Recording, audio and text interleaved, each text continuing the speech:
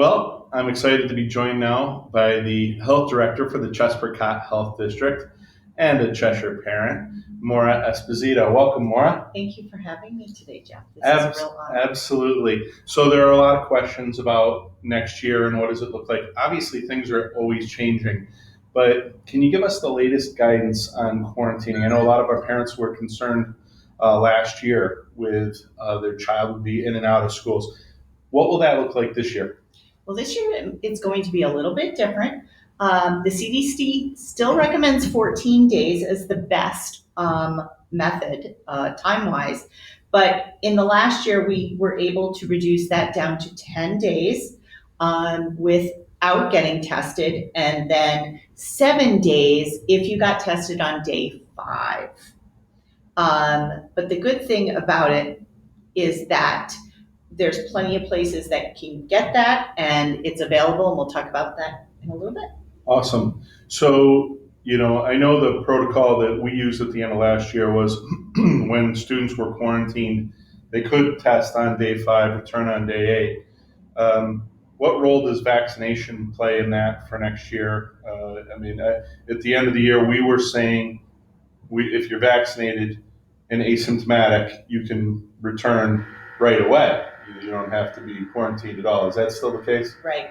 Well, as we know, everything is changing daily. Right. And the latest release yesterday was that vaccinated people would be asked to get tested on day 3. Oh, okay. So we are waiting for more clarification on that. Okay, that's good to know. In terms of your recommendations for return to school next year, what would you recommend to our parents about how to best prepare for next year for school? Well, the most important tool in public health is vaccination. We know that vaccination is the only means to be able to put the end of this pandemic to rest. So it's very important for parents to vaccinate their children. If your children is 12 and up, because they're the only ages with Pfizer from 12 to 18.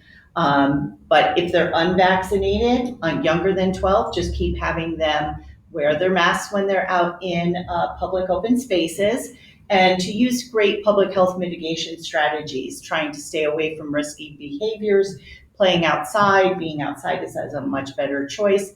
As long as you can keep those risks low, you have better chances of getting back to school and having a wonderful year will happen. Okay, so our take on this is we always want our students to be in person all day, every day, right? Yeah. Safely to do that. And I'm glad you mentioned that, suite of mitigation strategies. Obviously, vaccination is a powerful tool in that suite. We also consider how far can we keep students apart? Are they wearing masks or not? Can we get them outside? A lot of variables at play here. But I know the Department of Public Health is, at the state level and locally, has encouraged vaccinations. If my child hasn't been vaccinated yet, how do I do that?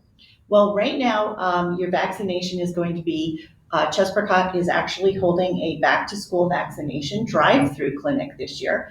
It is going to be August 5th for the first shot and August 26th for the second one from 4 to 6 right here at Cheshire High School. Thank you again for letting us do that. Nice and simple and easy. People just drive up. We're going to give you the shots right in the car. And then you're just going to pull over. No need to sign up. Just show up. And I know, we have Dr. O'Connor joining us too, so your pediatrician is always an option as well. If people have questions about vaccination, maybe they don't have a pediatrician in town yet or somebody that they're comfortable with, can they reach out to you? Absolutely. Just so you also know, there are 4 pharmacies right here in town, the 2 Rite Aids and the 2 CVS's, and they are offering Pfizer and Moderna. Chespercott does also offer Pfizer and Moderna and J&J. If there's anybody out there that's an adult that wants them, you just need to call our office, 272-2761, and we will help you get that way. And cost? No cost. Right at my price range. Perfect. Yep, it's perfect. All right, anything that you want to add before we wrap up? I just wanted to do a little backtrack on quarantine. There was a change for this year. Normally, when we do contact tracing and we try to determine whether or not you are considered a close contact, the rule of thumb was 6 feet and 15 minutes. The CDC has come down and lowered that number for in the classroom. It is down to 3 feet as long as the kids are masked and that they are well. So we are hopefully, last year we would put out large sums of kids. We're hoping that will reduce it almost to almost none. So yeah, the point about students being masked, that decision hasn't been made yet at the state level or locally. I think we're kind of holding off, and I believe, per conversations, that part of the consideration is percent of people vaccinated, what's the positivity rate, things like that. So I think the best thing we can all do to avoid masks is get vaccinated. Exactly. That is the best thing if we want to get back to normal and get rid of this virus, and hopefully so it doesn't mutate to anything else. Let's all get vaccinated if you can. Sure. All right. And of course, I know there are certainly people who can't have access to the vaccine, and we will not certainly ban masks, even if masks aren't required. So, if you have any questions about any of the information, Maura gave you her number. You can, of course, reach out to myself as well, our office, or your local school, and hopefully we can answer your question. Thanks a lot, Maura. Thank you for having me. Of course. So thank you, Dr. O'Connor, our district physician, for joining us now. We have a few questions that we were hoping you could help us answer for our parents for the 2021 school year. Obviously, there's a lot of talk about vaccination now. Can you tell us a little bit about, just who's getting vaccinated? Should they be vaccinated? Just that. Sure. So right now, the current current approved vaccinations are for ages 12 and up. They are in the process of being approved for kids from 5 to 11 years of age, and it's uncertain as to when that will be approved. The vaccines themselves, just like any vaccine, has some side effects. They're very limited in terms of time frame, a couple days of feeling a little sore, a little bit of a sore arm, a little bit of a fever in some kids. But nothing that I haven't seen with any of the other vaccines in all the years I've been in practice. Okay, so if a parent then has a question about a vaccination, maybe it's the age of the child, or there's another factor, maybe their child has a diagnosis of something that they're concerned about. Who do they reach out to? Where do they turn for information on that? So there's a lot of sources of information. I think a reputable source would be the CDC or the Department of Public Health, who have information about the studies that have been done. But I think another one that everybody should be taking advantage of is their primary care provider, their medical provider, who have had a lot of personal experience, but also probably have access to information that the lay public does not.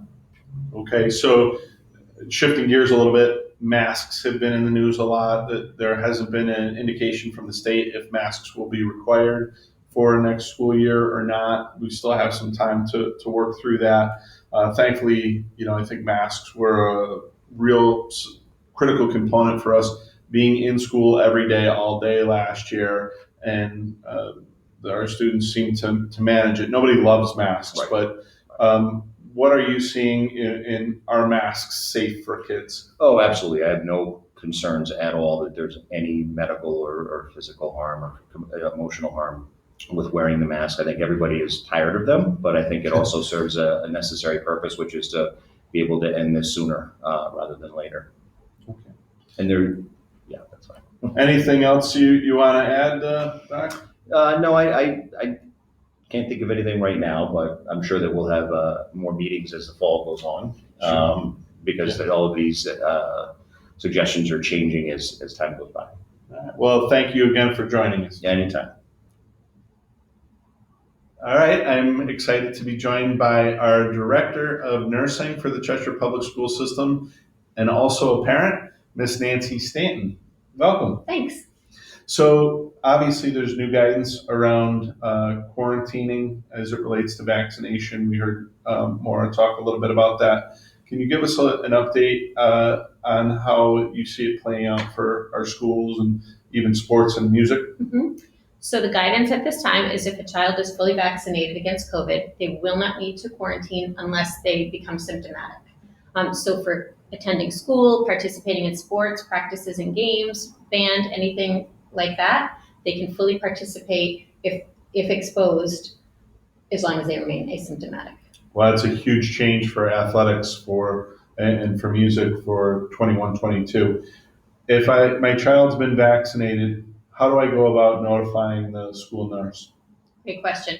You should send documentation of your child's vaccination to your school nurse by email, which you can get on any of the school websites.